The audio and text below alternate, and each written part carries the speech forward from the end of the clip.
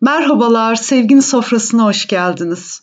Bugün sizler için 4 elma ile çok lezzetli bir kek tarifi hazırladım.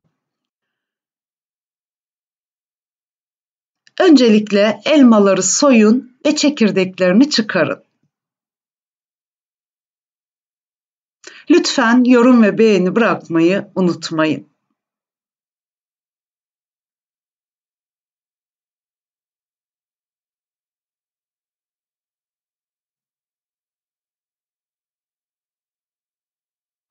İnce dilimler halinde doğrayın.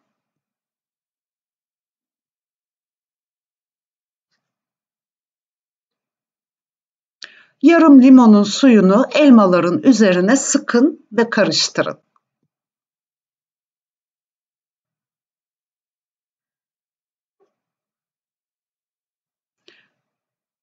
Biraz tarçın,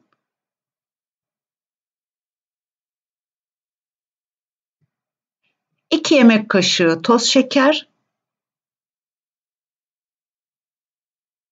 ekleyin ve karıştırın.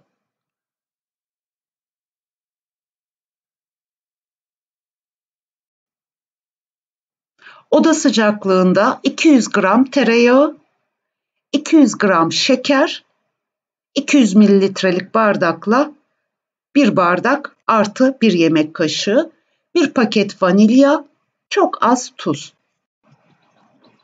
30-40 saniye kadar çırpın.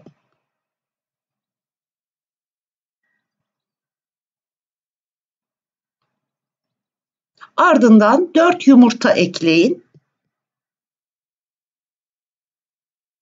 Her yumurtadan sonra 20-30 saniye çırpın tekrar.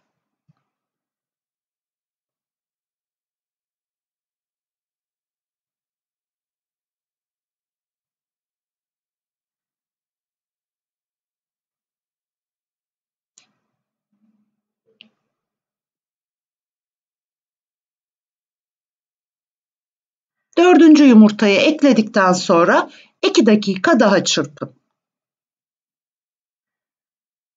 Daha sonra 400 gram un ekleyin. 3,5 su bardağına denk geliyor.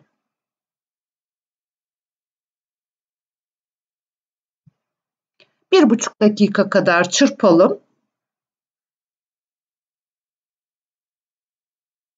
Ardından 1 çay kaşığı kabartma tozu ekleyip 10 saniye kadar daha çırpmaya devam edelim. 250 mililitre krema veya süt ilave edin. Ardından tekrar bir karıştırıp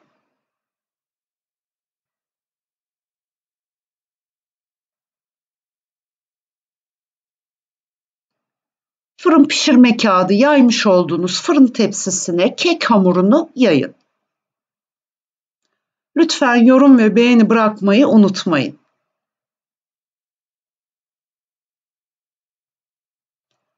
Daha sonra hazırladığınız elmaları kekin üzerine aralıklı olarak dizin.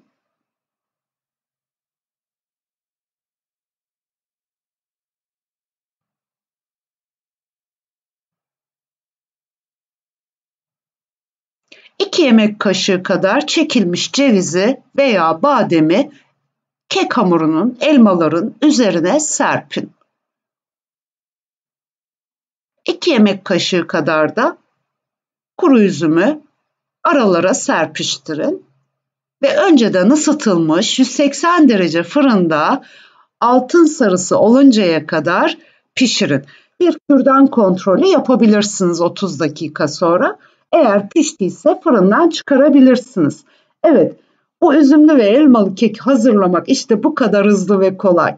İzlediğiniz için çok teşekkür ediyorum. Hoşça kalın, mutlu kalın, sevgiyle kalın.